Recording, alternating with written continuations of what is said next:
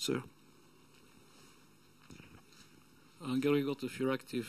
I was reading between the lines of the draft conclusions, and if I understand correctly, stripping a country of its voting rights is not anymore envisaged. However, this is not very clearly spelled out. Why?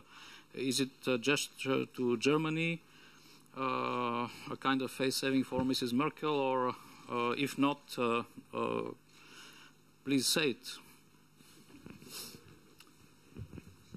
Just, I'm not interpreting the reasons why we drafted in that way, on that place, and who said what, and so on.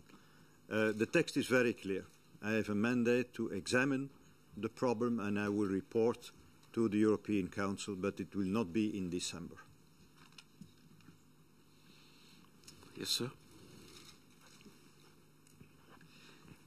Yes, I would like to know whether you have discussed the possible interest rate that a country could be paying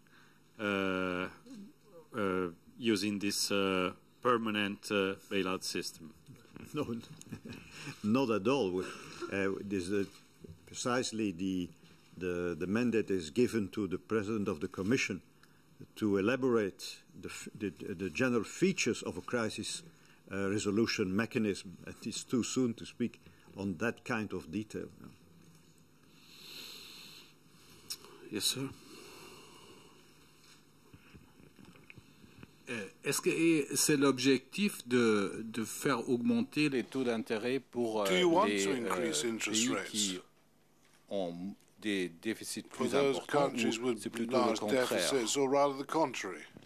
Écoutez, comme le président du Conseil européen vient de dire, nous sommes maintenant à un stade initial. Ce qu'il y a comme conclusion de ce Conseil européen, à part la décision prise à l'unanimité par les États membres d'avoir une révision limitée du traité, donc en excluant, bien sûr, dans cette révision, pour répondre aussi à la première question, toute sorte de suspension de droits de vote, ça a été exclu. Il n'y aura pas cela dans cette révision limitée du traité. Ce que nous avons convenu, c'est, premièrement, suite à la décision des États membres d'avoir la révision du traité, de préparer maintenant un mécanisme permanent. Nous avons besoin de ce mécanisme permanent. Alors là, le Conseil européen a salué l'intention de la Commission de préparer ce mécanisme en étroite consultation avec le président du Conseil européen. C'est ce que nous allons faire d'ailleurs. Nous avons déjà travaillé là-dessus. On a plusieurs formules. C'est une question extrêmement technique. Donc, à ce stade, on ne pourra pas vous donner des éléments. Mais bien sûr, l'idée, c'est de donner plus de stabilité, c'est de renforcer la capacité de la zone euro face à des situations comme celles que nous avons vues récemment en termes de crise de la dette souveraine. C'est ça l'objectif.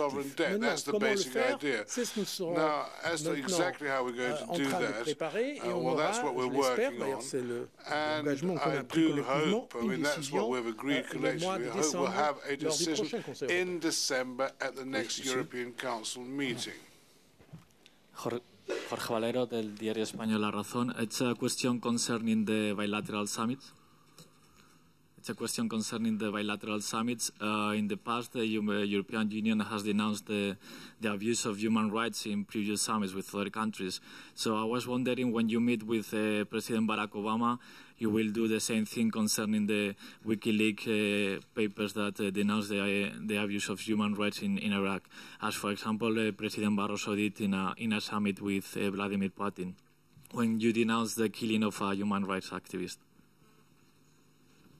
I mean, we have not discussed this specific issue. One thing I want to make clear to you, we defend human rights with all our partners and also in Europe, including in Europe.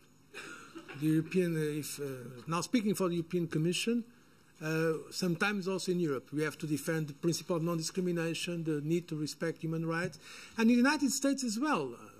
We have not discussed this today in the Council, European Council, regarding the summit, but probably remember that in a previous summit with President Bush, myself, and the then President of the Council, rotating President of the Council, Wolfgang Schüssel from Austria, we asked for the closing of Guantanamo, And we are also discussing the Americans the issue of death penalty. So it's not just with Russia or with China. We have been very consistent in human rights, and I think the European Union should be proud of this. I think it's important to have these positions of principle. I'm not saying that we are going to achieve, every time we speak on the issue, the result we'd like to have. But the point you make, if I understood it correctly, is the following. We, the European Union, we defend positions of principles in those matters.